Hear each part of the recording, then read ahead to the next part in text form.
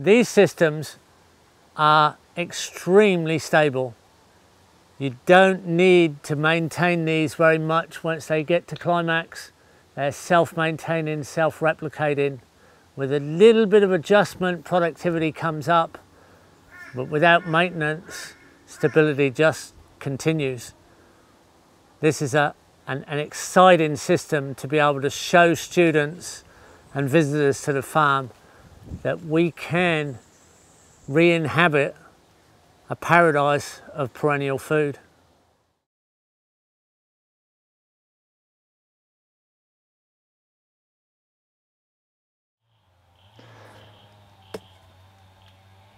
This stump is part of the old growth forest, and this was here originally when we started this food forest.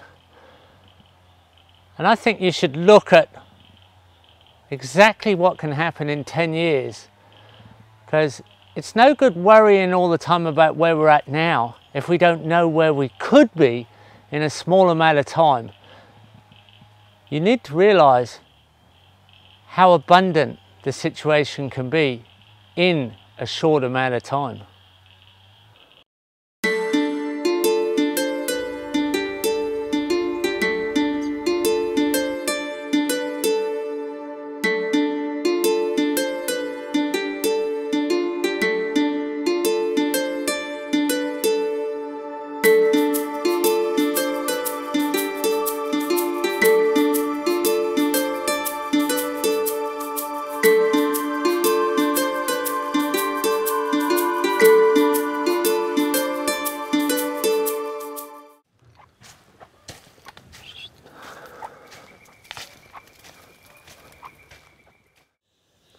Hi, I'm Jeff Lawton, and I'm going to take you for a tour around Zaytuna Farm, home of the Permaculture Research Institute. It's now 11 years in development. We started in 2001, and there's plenty to see.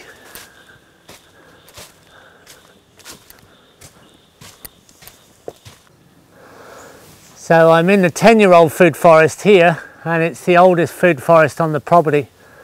I'm surrounded by productive trees. There's cherry guavas and Brazil cherries and Davidson plum. There's coffee in the understory. Bananas are still fruiting.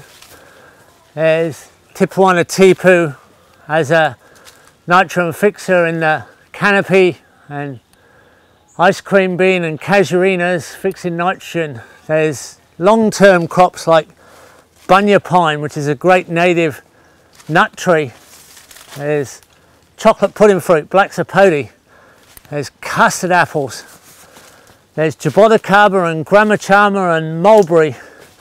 There's guavas, cherry guava, as well as Indian guava, white guava, and feijoa, a relative of guava. There's rose apples. There's a whole mixture of fruit trees here. The wildlife treat it exactly like a forest. The soil's gone black. It's building organic matter all the time and improving non-stop. This is a wonderful habitat for humanity as well as the environment itself. This is one of the most pleasant places to be. It has some of the most diversity, the most stability, and the most delicious food you can ever imagine.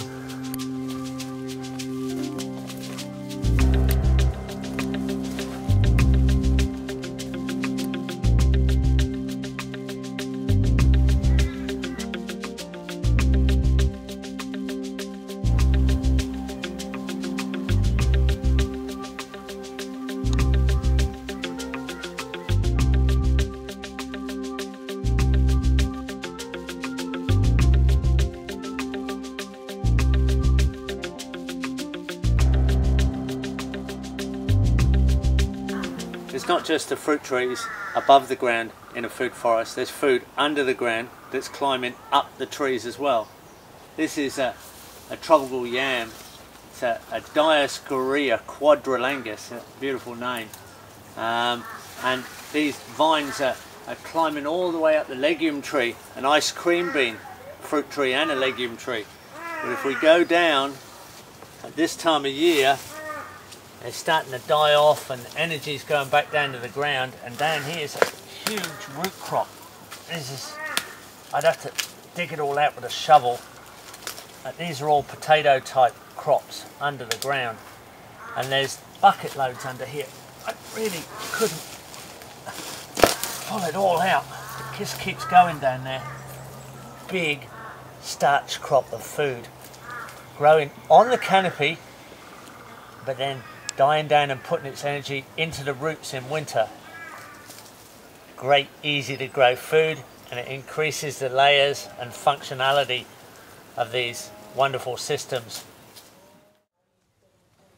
We're on the edge of the chicken tractor food forest established by moving chicken tractors, but now it has free range chickens more in their natural habitat, as the chicken originates in Southeast Asia as a forest bird, the Malay jungle fowl. Here they are, our domestic birds, giving us eggs and going to work maintaining our food forests. We've got pumpkin on the fence and papayas, choco on the fence and over the trees, passion fruit behind me, all kinds of things. Let's go and have a look at how happy these birds are and what great work they do for us.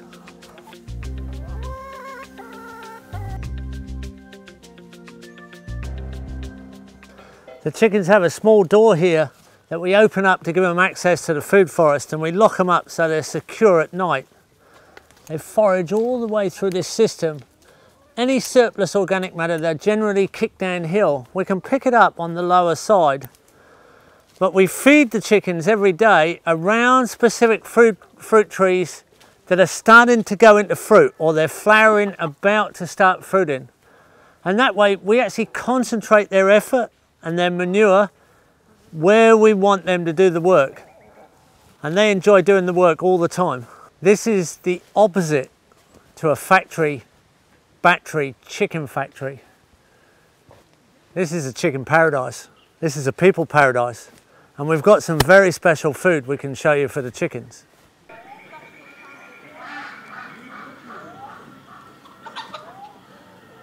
Here we have a black soldier fly larvae farm. These flies arrive as soon as there's any decomposing fruit or vegetable waste, and they lay their eggs in the waste. Most people may have seen them in their compost or their worm farm. These larvae actually eat enormous amounts of waste material, about 10 times the amount worms process. And they're really good feed for poultry, fish and ducks. Very high in protein and fats. It's a waste to healthy chicken, poultry, a wealthy system of good natural cycling. Here we have 35 egg-laying birds, and they're inside an electric net fence. We have a car trailer that's been converted to their chicken house, and it moves independently around the farm. It's got its own solar powered system, little battery charging the fence, solar panel on the roof, water supply and feed bin, nest boxes on the side. We're getting about 10 dozen eggs a week out of these birds, but we're also getting 150 square meters of prepared ground. They've only been here 12 days and they're nearly ready for a move. We'll chip out the remaining grasses, prepare it with a ground cover, and then start planting food forest. Here we have systems that are 6 weeks old, 1 month old, just 3 weeks old, and over here just 10 days old. Each move is planted to food forest after chicken preparation over a large area. A great way to move a food forest quickly into establishment and almost guarantee that you're going to get good tree growth and a dominated canopy which will emerge out of a ground cover of nitrogen fixing cover crop. Fast moves on food forest, a great way to cover distance quickly. Here's one of our rabbit tractor systems. Our meat rabbits here We finish them off with grazing over the pasture with a net underneath the large open cage here, and they're extremely productive animals. Their breed cycle is every 11 weeks they come through to breed age. A wonderful animal to produce meat with very high quality manure, 8:1 nitrogen carbon ratio. So behind they leave a very fertile ground base. A wonderful example of putting animals to use through open grassland in quite a nice open living condition.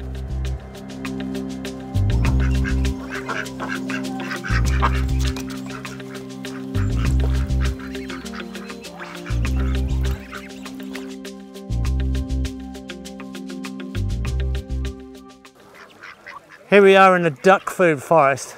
We've got a pond just above us that we can fertigate down with duck manured water. We've got really happy ducks feeding around all the fruit trees here, and they'll pesticide eating slugs and snails and keeping it pretty well pest free. We've got really good citrus and many other types of fruit trees in amongst this sort of Mediterranean setting of food forest. Good production of animals and fruit trees in one location.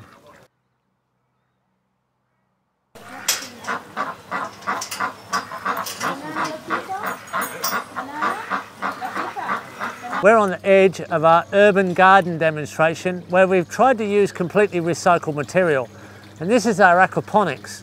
We have 4 bars full of gravel, recycling the nutrient from our fish system. We have a 1 cubic meter or fish container here. There's 200 silver perch that are growing out here, and the nutrient from these goes through the gravel bath grow beds. They grow vegetables. They go on down to a goldfish pond, which is a sump for the water, and then with solar power, electricity, it's pumped back and oxygenates the fish right here. So fish, vegetables and an ornamental pond all in one circuit in our little recycled raised bed urban garden demonstration. You can't put a cheaper vegetable protein system together than this, with very low energy input and great output product yield. Here's the use of vertical stacking.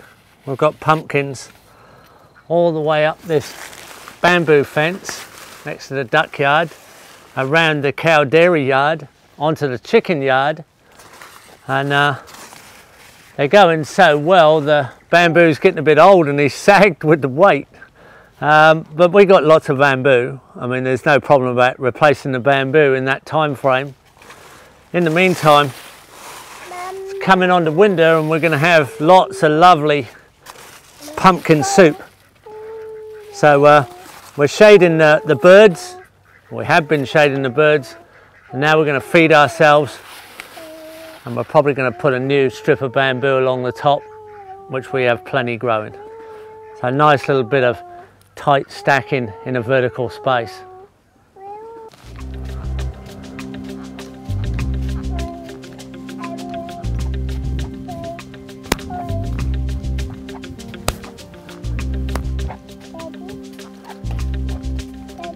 Yep. Oh look, we're going to look at these tomatoes. Look at these tomatoes here. We're here in the kitchen garden, one of Zaytuna Farm's main diverse food supplies. We're going from summer to winter crop now, and the last of our corn and seed crop are in from summer. And this is a garden that has continuous crops of diversity. It's the most diverse part of the vegetable growing system that we have. And it's quite a large garden, but it provides a lot of meals, contributes to most of the 25 to 30,000 meals produced on site every year. And all kinds of perennial and annual plants are included, and seasonal changes. It's fertilized with mulch, compost tea and biofertilizer. Those are the main fertilizers of the garden. And then companion planting, but evolution sometimes just happen by accident. Here's one right in front of me. This is a garden bed that was initiated by the chickens and the chicken tractor inside the electric net fence. And at that period, when they were processing this area and digging it over and manuring it and getting it ready for a garden, we had a lot of cherry tomato plants finishing off in the kitchen garden. So we threw them to the chickens, and then we put in a cover crop and planted some of our mulch trees that we want to produce. And the whole thing almost has been completely taken over by cherry tomato plants. We didn't plant them, the chickens planted them, but we're going to harvest them. And it's a wonderful evolution without any work going in. The work going in was to feed chickens old tomato plants with a few extra tomatoes on, and they planted them, we're going to harvest them, and the cycles just keep repeating like that.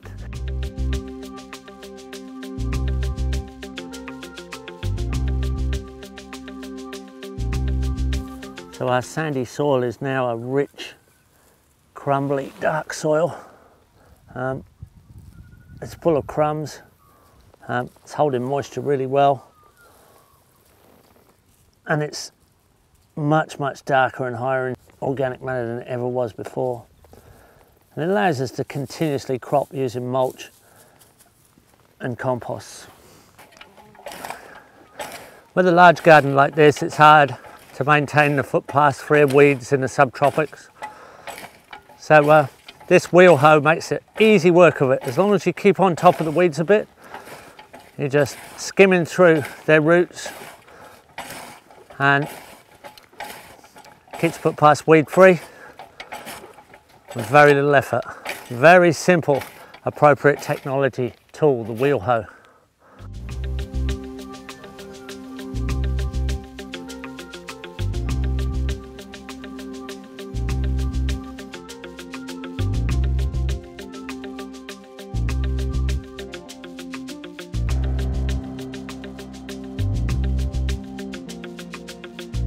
Here are our compost toilets, a batch system, and our faithful old rocket stove that heats the hot water. Large thermal mass rocket stove heater. Great little system. Starting the rocket stove's pretty easy. Once we've got the fire going in there, we just give it a bit of a fan. There we go. Too easy. Now it's drawing straight up the chimney. It's already burning so hot it's not smoking. Just keep that fire running for about 20 minutes and we'll get about 20 showers out of this system.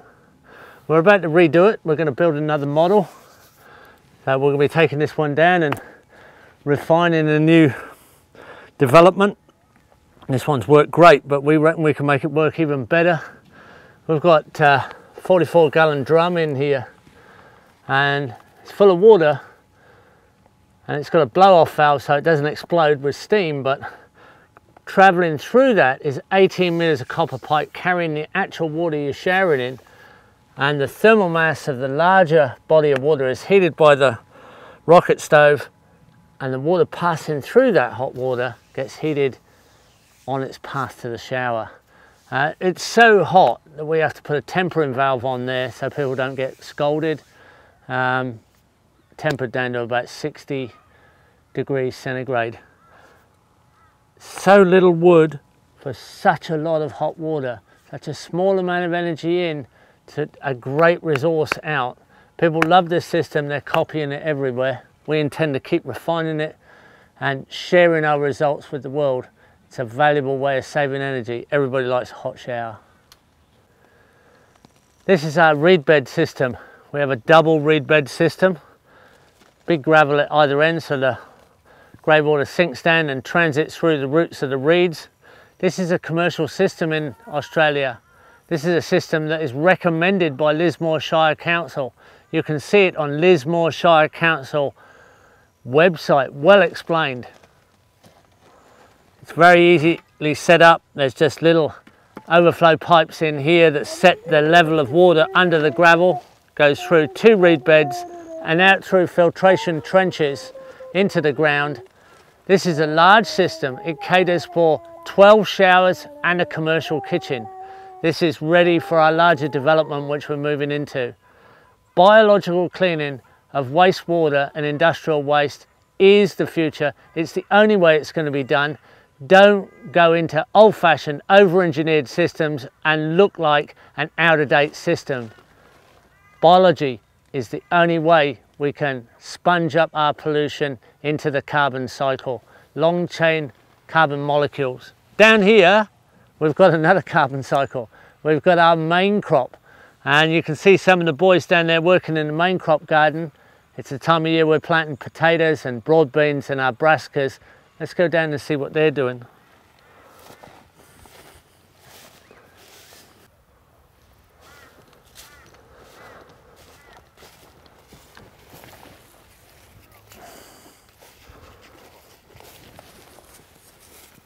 These are the last of the sweet potatoes here.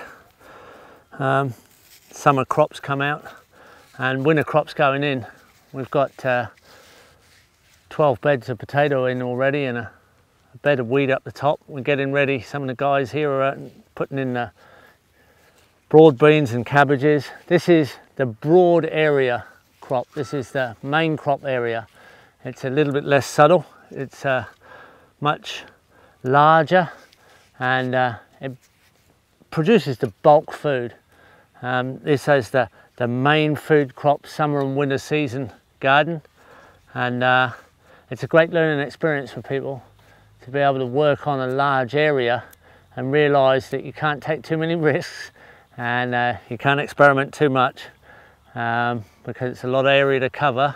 There's a lot of potential of getting out most of the main foods for the farm kitchen.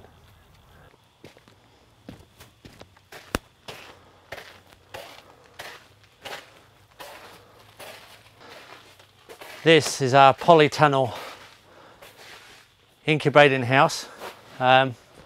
Many things, many plants and trees start their life in here. More so in the cooler months than the warm months because it gets very hot here in summer. We don't need it in summer, but in the cooler times, either side of the hot months, our seedlings, our vegetable seedlings, our little legume trees, our exotic cuttings are in here at this time because it's going towards winter now. Our new collections of taro, our herbal cuttings, our divisions, more legume trees, always more legume trees, more vegetables just cycling all the time. And this is really the incubating nursery. And we've set it up with a humidifier, a little tiny bit of solar electricity here, pressure through gravity from the dams and a big filter. And as soon as it dries out, this little stainless steel fly swat just gets a bit lighter and lifts and trips a mister. And then when it gets heavy with the moisture, it drops again. Nothing ever dries out. Great little system, takes out all that really regular discipline that's needed for these nursery situations where you have so many embryo babies coming through to be abundant, long-term, productive or strong support species. Central to every project, I think, the incubating nursery. Let's go on to the next stage.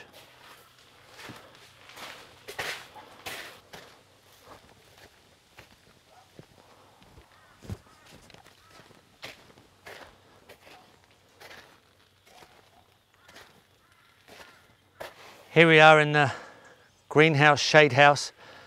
We've sheltered like conditions. It's not quite so temperature sensitive here. Everything's moving through to kind of like the next stage from the nursery to the kindergarten. Everything's a little bit older, a little bit more established. The legumes are in larger pots, they've been potted on. The vegetable seedlings are getting ready to get transplanted out from here. Some trees desperately need potting. Some are sitting in water because they're more aquatic trees.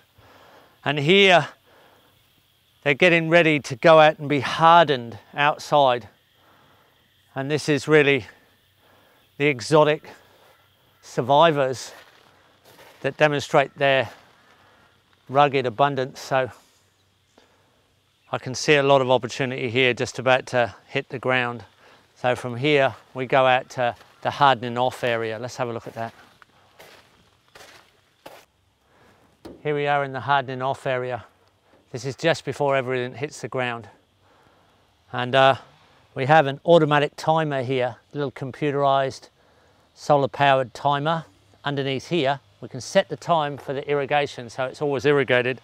And we have a rain indicator. If it rains, this sensor picks it up so it doesn't get watered, so we never get anything over watered.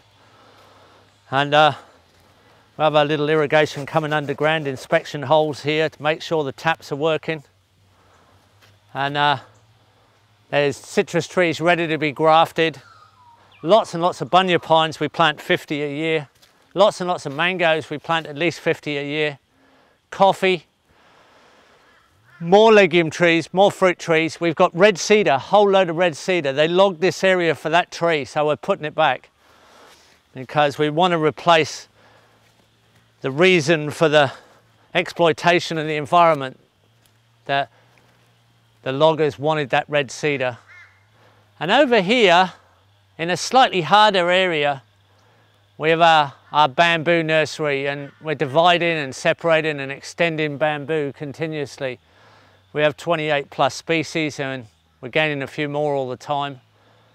And we're continuously dividing them after earthworks courses. We lift them out with excavators and then divide them up, get them growing again so they're good and strong, and then we get them back out. So bamboo keeps extending as a wonderful natural building, craft and food resource that's almost unstoppable and just so easy to maintain if you've got a little bit of discipline, because it's so mathematical. It's such a regular element. It operates so regularly, you just have to be disciplined and you can maintain all your bamboo. So we have this wonderful diversity of stuff happening here that's continuously extending out of here to the land. Bunya pine, probably one of the main foods of the world in the future. Araucaria bidwillii, 18 years to give nuts, and then these nuts are a main food, whole food. This one's ready to go. 800 potential years, maybe 1,000 years of food supply in my hand. I couldn't speak more highly about a tree than the bunya pine. And of course, you know, the mango is just such a classic. And jackfruit, another long-term tree. You're looking at very long-term energy storage in some of these species, and this is no special nursery, it's just the sort of nursery every project needs, that's all. We all need one. Goats. Yeah, goats. Yeah, goats. I'm in the goat pen, which is a small field. Male goats are here at the moment and the female goats are out browsing. But we get quite a few products out of these goats and they do quite a good job, and they actually help us reforest as well. We cut weed trees and bring them in every day, and they strip off the leaves from privet and different weed growth trees, and after the leaves are gone we get bare sticks that we chop up, and every day we chop here on a stump and we get all the kindling we need to light fires and the wood stove. So there's an ongoing product of sticks all the time. We have manured straw bedding that comes out every week and new bedding goes in, so great fertilizer. We milk goats, so we're milking the females and we're getting a few litres of milk every day, and then of course they produce babies and not all of them are females, and they get processed through as goat meat. So we've got quite a good product. We've just got our goats in control and we're bringing most of the feed to them, and they strip off the tree leaves that we don't want to grow. They're the weed trees. That opens up the forest and allows us to replant quality trees back into the gullies and the rainforest edges and extend forests. So again, we're extending edges, we're creating fertilizer, we're getting milk, and we're getting firewood. So a great way to put goats into productive sequences on a farm. And they're really nice animals to have around. I'm in one of the larger topswales on the property. This is 10 years old. This is an outer zone food forest. In other words, it's less maintained. I've got an avocado fruiting above me, mango, custard apple, jackfruit, large legume trees, and a complete ground cover. This swale is over 400 metres long, and it floods nearly half a metre deep for 400 metres, 2.5 metres wide, and is one of the main hydration systems for the farm, as well as one of the most efficient low maintenance food forests. On the lower side of the swale here, the water and nutrients soaking through. We have bananas soaking it up, back up and fruiting all the way along the swale. Brazil cherries, bamboo, all different types of fruit trees are starting to evolve down the hill from the nutrient flow on contour of the swale. This is a really easy to maintain system. The ground covers really are controlling all the ground here as it advances out across landscape, almost self-replicating, self-extending in this case. And it's one of our most enjoyable things. Latifah and I walk along here and harvest fruit early in the morning. I'm stood in the spillway of a dam we call Paradise for good reasons. It's one of the prettiest dams on the farm and the oldest dam. It's well established next to a food forest. We have a swivel pipe connected to a pipe under the spillway, so at any time we can just swivel this pipe down, and there we can take the water straight down and feed a swale that goes almost 1 kilometre out on contour through the landscape and has 1 kilometre of food forest planted on it. A simple mechanism that just diverts water or retains water with one simple move. And here you can see the amount of pressure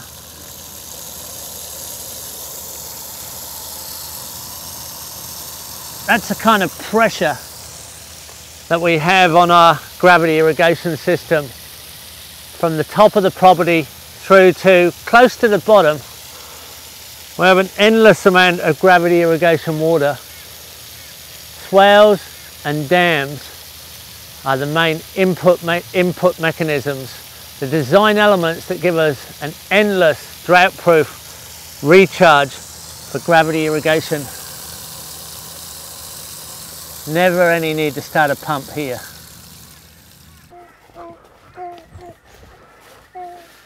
Well, here's the Terania Creek, the bottom of the property.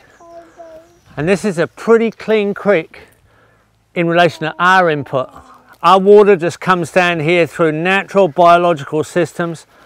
No nitrogen, no fertilizers, no chemicals, no biocides. All the things that go out to the ocean and cause algae blooms, here everything is retained in the system for as long as possible as natural life enhancing biology. Our systems actually attract wildlife. Our wildlife diversity is increasing all the time, and our water quality is exceptionally high and full of life. This is a system all of us should adopt. Here are the dairy cows, and these dairy cows here are on a very natural river flat pasture. This is our great milk production system. These 3 cows here you can see in the scene, they're all being milked. There's 2 calves down there as well. And the electric fence moves every few days, giving us fresh pasture and enhanced growth.